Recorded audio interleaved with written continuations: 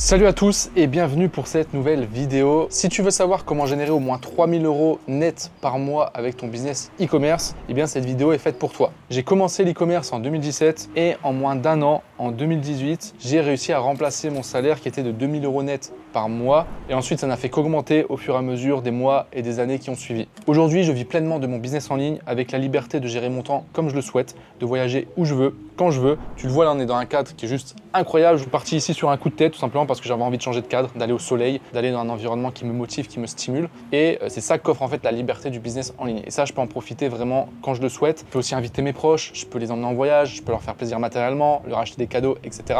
Bref, aujourd'hui, j'ai atteint une vraie liberté et je vais te montrer comment toi aussi tu peux l'atteindre. Dans cette vidéo, je vais te partager concrètement le plan que j'ai suivi et que tu vas pouvoir suivre pour que tu puisses au minimum générer 3000 € de bénéfices nets mensuels avec ton business e-commerce. Évidemment, c'est un premier palier. Avec le e-commerce, tu pourras faire bien plus. Avant de plonger dans le contenu, pense à liker la vidéo. C'est très important pour moi et pour me montrer que tu apprécies les contenus que je te partage. Et également, n'hésite pas à t'abonner pour pouvoir voir les prochaines vidéos que je vais sortir sur ma chaîne et ne pas les manquer. Avant de rentrer vraiment dans les 3 étapes clés, laisse-moi te partager un petit peu ma vision au niveau du e-commerce et de la liberté financière. Le but, c'est d'être libre et d'être libre sur le long terme. Pas de faire un coup qui va durer 2-3 mois, voire même 6 mois ou même 1 an, et puis après de recommencer à zéro. Donc nous, ce qu'on veut, c'est construire un business qui soit stable, avec des bases et des fondations qui sont solides, qui va faire que dès qu'on va faire les 3000 € de bénéfices nets mensuels, on ne va plus redescendre en dessous. Et croyez-moi, dans le business, c'est peut-être un truc où on n'y pense pas dès le départ, mais tous les entrepreneurs que je rencontre et que je connais aujourd'hui qui font des sommes, que ce soit plusieurs dizaines de milliers d'euros, voire même plusieurs centaines de milliers d'euros par mois,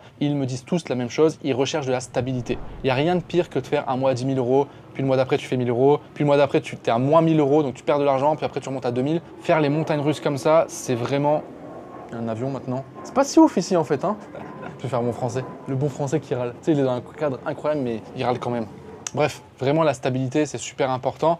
Parce que c'est comme ça que tu es vraiment serein en fait. Si tu sais que tous les mois, peu importe ce qui se passe, tu fais tes 3000 € de bénéfices nets, ou même plus, bah tu es serein en fait. Tu n'es pas en stress de te dire ouais, le mois prochain peut-être ça va chuter, peut-être ça va plus marcher, etc. Donc c'est vraiment la vision que je prône. C'est une vision qui est basée sur le long terme, qui te permet de construire une vraie liberté. Et pas juste de faire un coup, tu fais pendant un petit moment et après ça disparaît. Donc la stratégie que j'applique et j'enseigne, elle est basée sur cette stabilité. On va rentrer dans le vif du sujet et on commence par la première étape. La première étape pour réussir, ça va être de trouver le bon produit. Mais pas n'importe lequel. Un produit qui répond à un besoin spécifique dans une niche spécifique. Voici comment faire. Première chose, au lieu de chercher directement un produit, je t'invite à rechercher une problématique spécifique pour une audience. Quel problème les gens cherchent à résoudre de manière générale? Tu peux t'aider de ChatGPT, tu peux taper directement la question et demander qu'il t'oriente en fait et tu auras des réponses. Tu peux chercher aussi autour de toi en regardant les gens, le comportement des gens, que ce soit tes proches, tes amis, ta famille, etc.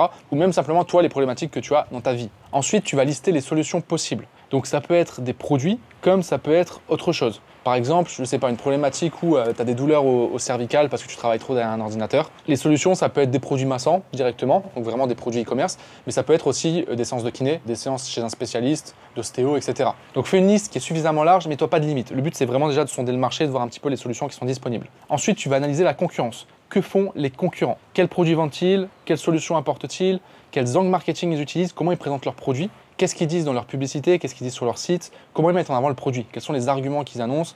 Quels sont les contenus qu'ils créent pour mettre en avant ces arguments? Tu vas vraiment essayer de sonder le marché pour analyser un petit peu ce que fait la concurrence. L'objectif de ça, c'est de voir s'il n'y a pas un angle où tu peux t'infiltrer, même si tu vends le même produit qu'un concurrent. Donc c'est l'étape d'après, c'est de trouver son élément différenciant. Qu'est-ce que tu peux améliorer? Ça peut être directement le produit.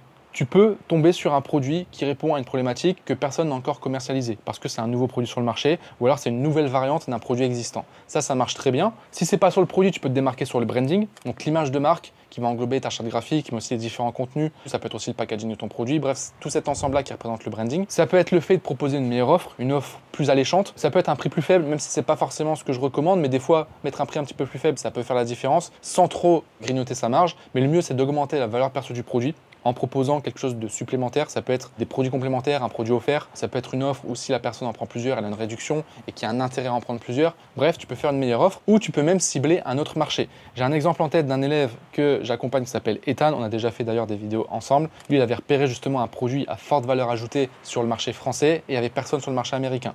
Donc il a pris ce qui marchait sur le marché français et il l'a fait sur le marché américain. Et on peut faire ça vraiment en mélangeant tous les marchés. Tu peux prendre un truc sur le marché US, le faire en France, un produit marché espagnol, le faire en France, un produit marché allemand, également le faire en Espagne, etc., etc. Une fois que tu as repéré ton produit, il faut que tu trouves évidemment un fournisseur. Donc tu peux aller directement sur AliExpress, tester différents fournisseurs, voir celui qui a les meilleures notes. Tu peux même commander le produit, je t'invite à le faire d'ailleurs pour tester la qualité du produit. Ou alors tu passes par un agent. Il y a la société Obordesk qui fonctionne bien, qui peut fonctionner aussi en dropshipping sans que tu aies besoin de faire du stock.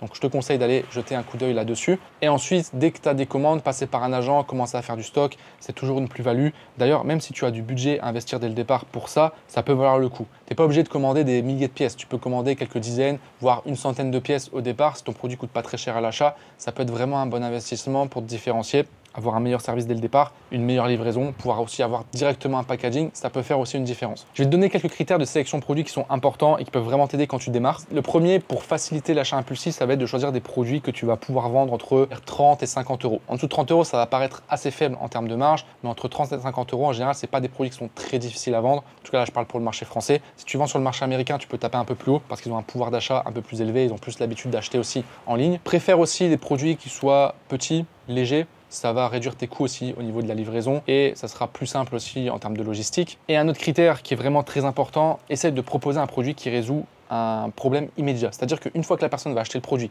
qu'elle va l'utiliser, ça va tout de suite résoudre son problème. Si tu arrives à trouver ce genre de produit, ça va largement faciliter l'achat impulsif. Pourquoi? Parce que les gens, ils veulent deux choses. Quand ils achètent un produit qui répond à un problème ou à une solution, ils veulent que ça soit instantané, ils veulent que ça aille vite et ils veulent le payer pas cher. Le payer pas cher, en vrai, c'est une question de valeur perçue. Si la valeur que tu apportes est suffisamment élevée par rapport au prix, ils pourront payer un produit même si le prix est élevé. Et vraiment, le côté instantané, il est vraiment très très important. Ça facilite largement les ventes. Je te donne un exemple concret de différenciation sur un produit qui est vraiment basique. On va prendre un tapis de yoga. Tu peux vendre des tapis de yoga, il y a plein de marques qui vendent des tapis de yoga. Comment tu peux te différencier sur le produit? Ça peut être simplement la matière. Vendre un tapis de yoga qui est éco-responsable avec une matière 100% recyclée. En plus, la cible qui fait du yoga, en général, ils sont assez éco-responsables, donc ils aiment bien prendre soin de l'environnement, etc.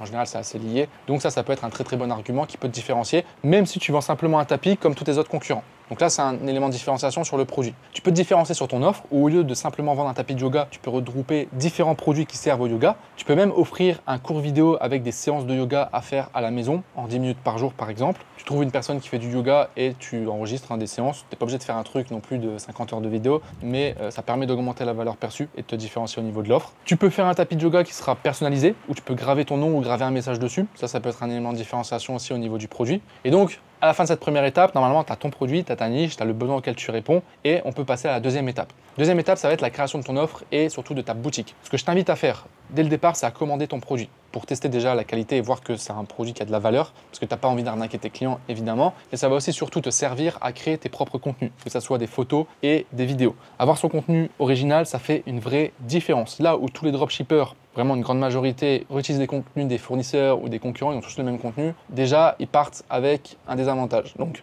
commande ton produit, fais tes propres photos, fais tes propres contenus, ça fera déjà une énorme différence. Et sois tout de suite dans cette optique, encore une fois, long terme, de développement d'une marque. Tu vas vendre un produit sur lequel tu vas créer une stabilité et le développer sur le long terme. Donc essaie de faire le maximum dès le départ en faisant bien les choses. Et ensuite, tu vas créer ta boutique avec Shopify, qui est l'outil vraiment le plus simple. Et ce que je t'invite à faire au niveau de ta boutique Shopify, c'est vraiment à soigner ton branding. Donc vraiment l'image de marque que tu vas renvoyer pour que les gens aient confiance directement dans ta boutique. Pour soigner le branding, je peux te donner quelques tips. Premièrement, tu peux créer une histoire autour de ta marque, autour de ta boutique, ou autour de ton produit. Pourquoi tu crées le produit? Quelles sont les valeurs en fait derrière ta marque, derrière ta boutique? Quel est l'objectif de ton produit? Quel est le problème que tu cherches à résoudre? Pourquoi tu souhaites le résoudre? Tu peux faire du storytelling, raconter une histoire par exemple à propos de toi, c'est lié directement à toi, ou tu inventes un persona pour ton histoire. Les clients vont beaucoup plus connecter avec ta boutique, surtout c'est niché si tu as une histoire. Ensuite évidemment, il faut que tu travailles ton logo et ton design. Donc tu peux utiliser Canva pour faire ton logo de manière très très simple. Fais un logo simple, épuré, minimaliste, c'est ce qui marche bien en ce moment. Casse-toi pas trop la tête là-dessus non plus. Et il faut que ta charte graphique soit vraiment en cohérence avec ta niche. Si on est dans l'univers yoga par exemple, on va utiliser des couleurs plus dans l'univers yoga qui donnent de la sérénité, du confort. Ça peut être par exemple le violet, je sais que c'est beaucoup utilisé, ça peut être aussi un orange ou alors le vert pour le côté éco-responsable, écologie. On va utiliser ces genres de couleurs. Donc ça, pense-y par rapport à la niche dans laquelle tu es. Et ensuite, tout ce qui va être contenu, base-toi sur l'analyse concurrentielle. Regarde ce que tu peux faire de mieux en termes d'arguments. Évite de vendre les caractéristiques de ton produit, mais vends vraiment le résultat, la solution, les bénéfices concrets pour le client. N'hésite pas vraiment à les montrer. Ton site, c'est le seul moyen pour ton futur client de voir ton produit. Donc il faut vraiment le montrer. Quand tu annonces un argument, un bénéfice, montre-le. Montre une photo qui illustre ce que tu dis ou une vidéo, c'est encore mieux. D'ailleurs, ajoute des vidéos d'avis client ou des vidéos UGC. Tu commandes ton produit et tu fais plein de vidéos. Tu les fais avec ton smartphone, des vidéos simples. Tu montres ton produit en utilisation. Un tapis de yoga, tu montres, je sais pas, le déballage, tu montres l'enroulement, Tu essaies de montrer vraiment en détail pour que les gens perçoivent aussi la qualité du produit. Si tu as un produit qui a une matière qualitative, il faut que tu le montres. Donc fais des plans zoomés, etc. Tu vois, essaye vraiment de montrer tous les détails de ton produit. L'utilisation,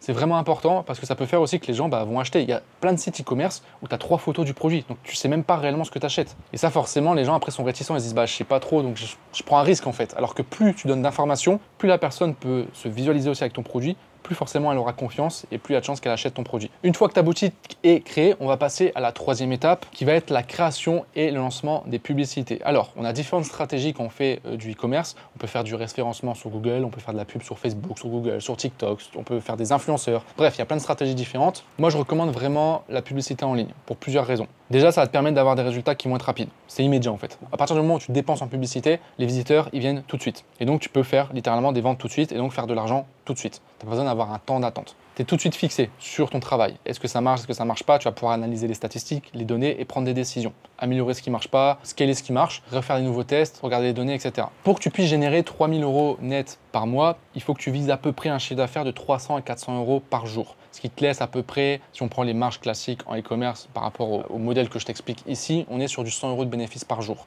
Donc ça te fait les 3 000 € par mois. Moi, je te conseille d'utiliser Facebook Ads. C'est la plateforme la plus simple à prendre en main et surtout la plus efficace et sur laquelle tu peux vraiment avoir des résultats, selon moi, le plus rapidement possible. En tout cas, avoir vraiment un retour rapide sur le travail que tu fais. Donc première chose, pour faire des bonnes publicités, encore une fois, analyse tes concurrents. C'est très difficile quand tu démarres, quand tu n'as pas l'expérience, de créer une pub de zéro. Parce que tu démarres d'une feuille blanche, c'est compliqué. Même moi aujourd'hui, si je dois créer une pub en partant d'une feuille blanche, bon, j'ai l'expérience maintenant, donc je sais le faire, mais ça demande quand même plus de réflexion, plus de travail. Donc le mieux, c'est de regarder la concurrence. Regarde ce qu'ils font, regarde les concepts qui fonctionnent et essaye de reproduire ces concepts à ta sauce. Surtout, ne vole pas le contenu des concurrents. Tu vas avoir des problèmes, Facebook va te bannir et tu risques d'avoir des problèmes directement aussi avec les concurrents. Donc ne fais surtout pas ça. Par contre, regarde les concepts, regarde les tendances qui fonctionnent et essaye de réadapter, de réajuster.